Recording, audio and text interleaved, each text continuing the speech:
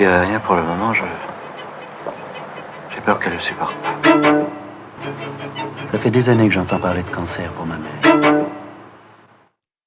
Je veux vous parler d'un film qui m'a particulièrement ému, un film de 1972, Rack de Charles Belmont, qui ressort aujourd'hui car il vient d'être restauré.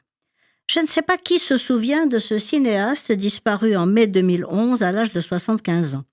Après des débuts comme comédien, en particulier dans L'Égo de Luro de Claude Chabrol, il décide de passer derrière la caméra.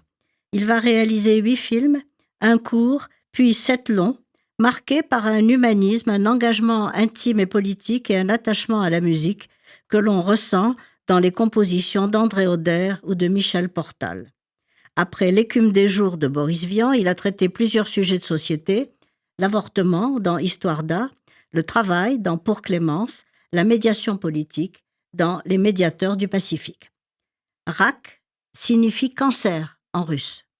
Dans ce film autobiographique, un homonyme du cinéaste, Charles, a une relation paisible mais distante avec sa mère. Déjeuner du dimanche, conversation superficielle. Mais à partir du jour où il découvre qu'elle est atteinte d'un cancer incurable, il l'accompagne avec douceur, d'abord sans briser le silence poli qui les sépare. Puis peu à peu, il réalise combien sa mère a refoulé ses souffrances et tente enfin de rétablir un lien sincère. Après l'avoir longtemps trompé sur la gravité de son mal, il décide de lui dire la vérité pour l'inciter à mieux se battre, ce qu'elle va faire de toutes ses forces. Inspiré par ce qu'il a vécu, Charles Belmont écrit un scénario qui mêle le récit de son intimité retrouvée avec sa mère et un pamphlet amer sur une médecine autoritaire et déshumanisée.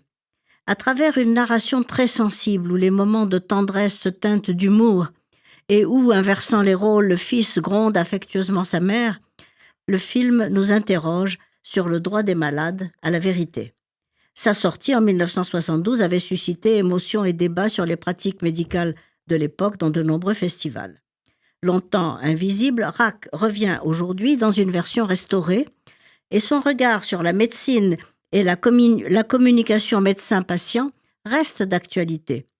Mais surtout, la touchante histoire d'amour entre une mère et son fils, elle, est intemporelle.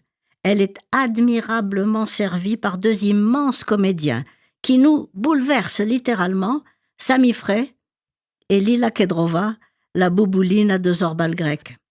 Marielle Issartel, monteuse des films de son compagnon Charles Belmont, en plus de nombreuses autres activités, en fait désormais restaurer et revivre l'œuvre.